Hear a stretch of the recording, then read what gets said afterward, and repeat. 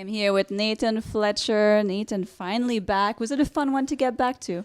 I don't know if I'd describe it as fun right now, coming out the back of it. I'll have to watch it back and see. I think I'm a little bit harsher on myself than what I should be. That was a tough fight, look. You just said it yourself finally. This has been a long time coming. I was 15 months out of the cage, and I'm coming back in, not against any slouch, against Alessandro Giordano, 6-1, another young prospect, 25 years old. He's looking to go on and progress onto the UFC just like me. These are the fights I want, and I showcase that even with a bit of ring rust, I'm the best bantamweight in Europe.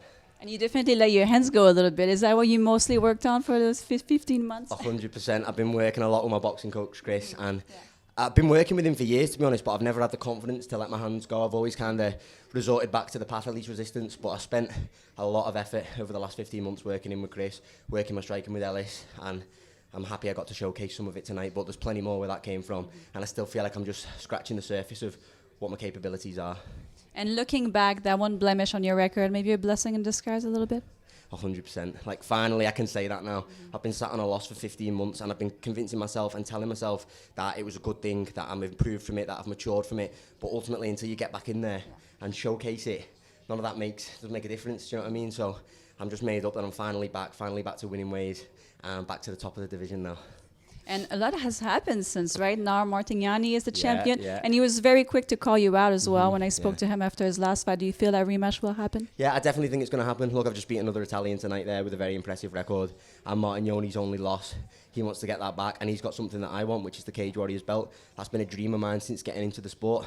The last time I did an interview with you, I was calling for that belt after beating Brian Booland. I feel at that time I thought I was ready, but looking back over the last year, the improvements I've made, I know for a fact now that I'm ready.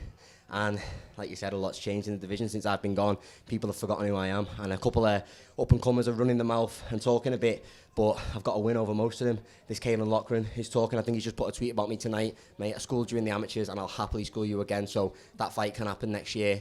Reece McEwen's another one who's been running from me.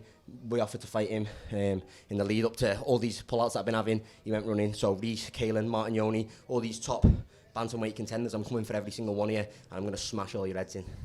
Well, that's going to be a fun year, 2023. And to talk back a little bit about Martin Yani, did you respect the fact that he called you out, like having a loss against you? Because, like, you know, let's face it, he's champion now. He didn't have to. Yeah, I just 100%. I respect that. Martin Yoni's a competitor, and I knew that when I fought him. Okay, so he was like in the fight, he was arrogant, he was annoying, he was cocky, but that's just because of how competitive. Do you know what I mean? He wanted to win, and I took that from him. So fair play. I've got all the respect in the world for him wanting to rematch me and avenge his only loss, and I'll be happy to grant him that wish and rematch him this year.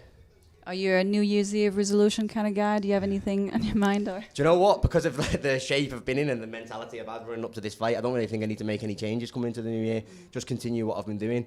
These last 15 months, when I say I've been dialed in, I'm not messing, I've not skipped a beat, I've not missed one session I should have missed, I've not put one bit of junk food in my mouth that shouldn't have been there. I've worked day and night for 15 months straight to get to this spot, and that's just going to long continue now. 2023 is going to be my year. Wait, you train with Paddy Pimlet and you manage not to eat any bad food? How do you do that? I know, it's insane, isn't it? But That's listen, impressive on its own. I like these abs. Paddy gets some and then he doesn't mind letting them go, but I want to keep on to them all year, so yeah, I don't have any trouble with that. All right, well, thank you and Happy New Year. Thank you very much, Edith. Happy New Year to you too.